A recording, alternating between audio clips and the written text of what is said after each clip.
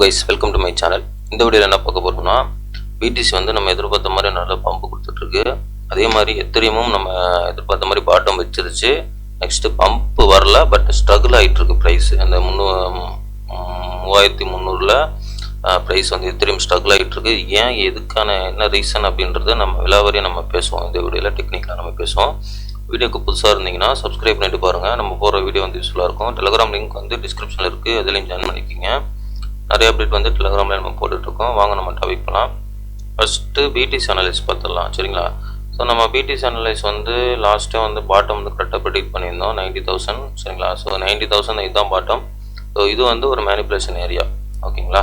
So இது வந்து already bottom வச்சிருச்சு. இங்கே வந்து கேண்டில் க்ளோஸ் ஆகலை, நல்லா பாருங்கள், கேண்டில் க்ளோஸ் ஆகலை. ஸோ வந்து இதுதான் கேண்டில் க்ளோஸு. இது வந்து நேராக என்ன பண்ணியிருக்கு, லிக்விடேஷன் எடுத்துகிட்டு அதே கேண்டில் நல்லா மேலே வந்து உங்களுக்கு ரிட்டர்ன் ஆயிடுச்சு, சரிங்களா? ஸோ நம்ம எதிர்பார்த்த மாதிரி பாட்டம் ரீஜன் இங்கே அடிச்சுட்டு நல்லா பம்பு கொடுத்துருச்சு. ஸோ நெக்ஸ்ட் வந்து இப்போ பார்த்தீங்கன்னா 1,07,000 வந்துருச்சு பிடிசி. ஸோ நெக்ஸ்ட் என்னமா இருக்கும் அப்படின்னா, ஃபஸ்ட்டு வீக்லி நம்ம அனலைஸ் பார்த்துடலாம், ஓகேங்களா? உங்களுக்கு வீக்லி அனலைஸ் நான் காட்டிடுறேன். ஸோ வீக்லி அனலைஸ் பார்த்தீங்கன்னா இங்கே பாருங்கள், இங்கே ஒரு ட்ரெண்ட் இருக்குது பார்த்தீங்களா, பெயிட் லைன் வரைஞ்சிருக்கேன்ல. ஸோ இந்த ட்ரெண்ட் இருக்குது. நெக்ஸ்ட்டு டார்கெட்டு இந்த ட்ரெண்டை வந்து டச் பண்ணுறதா தான் இருக்கும். நெக்ஸ்ட்டு வந்து பிடிசியோட டார்கெட் வந்து இந்த ட்ரெண்டை டச் பண்ணுறதா இருக்கும்.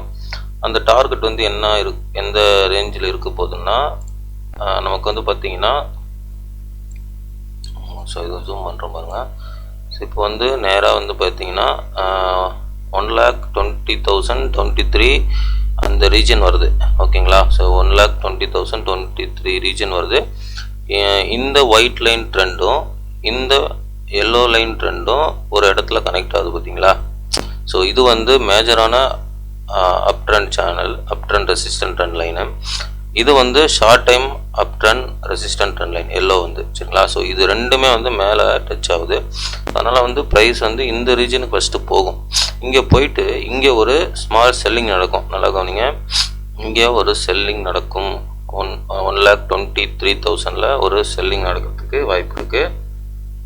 பட் வந்து அந்த செல்லிங் வந்து என்ன ஆகும்னா, அந்த செல்லிங் வந்து ரொம்ப பெருசாலாம் இருக்காது, ஒரு சைட்வேஸ் செல்லிங் மாதிரி இருக்கிறதுக்கு வாய்ப்பு இருக்குது.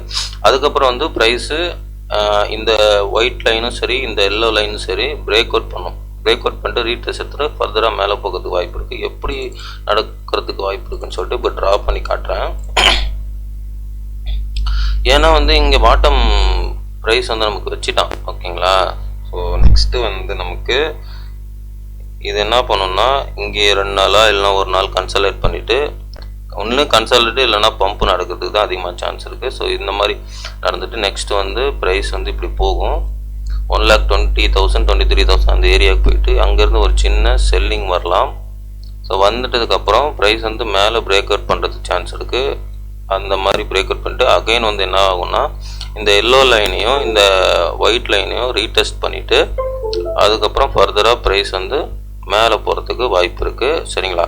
ஸோ இந்த ப்ரைஸ் எந்த லெவலுக்கு போகிறதுக்கு வாய்ப்பு இருக்குன்னா, நெக்ஸ்ட்டு ஒரு 150-200 ரீஜனுக்கு போகிறதுக்கு வாய்ப்பு இருக்குது, சரிங்களா? 1,50,000 to $200,000 வரையும் போகிறதுக்கு வாய்ப்பு இருக்குது பிடிசி. ஸோ இதுதான் வந்து இந்த டெக்னிக்கல் டார்கெட்டு. ஃபஸ்ட்டு வந்து இதை பிரேக் அவுட் பண்ணணும். ஸோ இங்கே போகிறதுக்கு இந்த 1,23,000 ரீஜனை வந்து பிரேக் அவுட் பண்ணி இங்கே ரீட்டர்ஸ் எடுத்தால் ஃபர்தராக வந்து நமக்கு மேலே போகும், சரிங்களா? ஸோ இப்போ வந்து நான் ஒன் டேல தான் வச்சுருக்கேன்.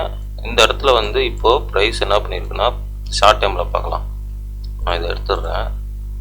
இந்த இடத்துல என்ன பண்ணியிருக்குன்னா, இது ஒரு ரெசிஸ்டண்ட்டாக ஆக்ட் ஆகுதா? இப்போ வந்து பிரேக் அவுட் பண்ணிடுச்சு. பிரேக் அவுட் பண்ணி மறுபடியும் வந்து ரெசிஸ்டன்ட்குள்ளாரே நிற்கிது. இது வந்து என்ன ஆகுதுன்னா, இப்போ பார்த்தீங்கன்னா இந்த இடத்துல வந்து ஒரு விக் விட்டுருக்கான், பார்த்தீங்களா? ஸோ இது என்ன குறிக்குது அப்படின்னா, ஸ்டாப் லாஸ் எடுத்துருக்கான். இங்கே வந்து வேகமாக வந்து ஒரு ஸ்டாப் லாஸ் எடுத்துருக்கான். ஏன்னா மேலே கண்டிப்பாக ஒரு ரெசிஸ்டன்ட் மேலேயும் சப்போர்ட் கீழேயும் ஸ்டாப் லாஸ் இருக்கும். அதை தான் இப்போ எடுத்திருக்கான். ஸோ இது எடுத்ததுக்கப்புறம் ப்ரைஸ் வந்து என்ன ஆகும்னா, நெக்ஸ்ட்டு வந்து 1-2 நாள், ஒரு நாள் இல்லைனா 2 நாள் வந்து இங்கே பக்கத்துலேயே கன்சல்டேட் ஆகிறதுக்கு வாய்ப்பு இருக்குது. இல்லைனா ஃபர்தராக வந்து பம்ப் ஆகிறதுக்கு வாய்ப்பு இருக்குது.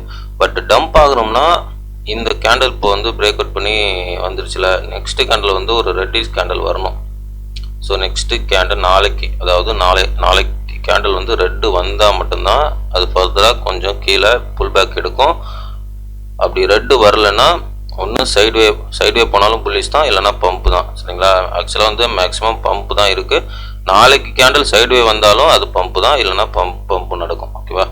மேக்ஸிமம் இது பம்பு தான். ஆனால் வந்து ப்ரைஸ் போகும். அப்படி ரெட் கேண்டில் வந்தால் ஒரு புல் பேக் எடுத்துகிட்டு போவோம். அப்படி ரெட் கேண்டில் வரலைன்னா ப்ரைஸ் வந்து 10 ரூபா மேலே போகும். சைட்வே எடுத்துகிட்டு மேலே போகும், இல்லைன்னா நேராக மேலே போயிடும். ஸோ இது வந்து பிடிசியோட அனலைஸ்.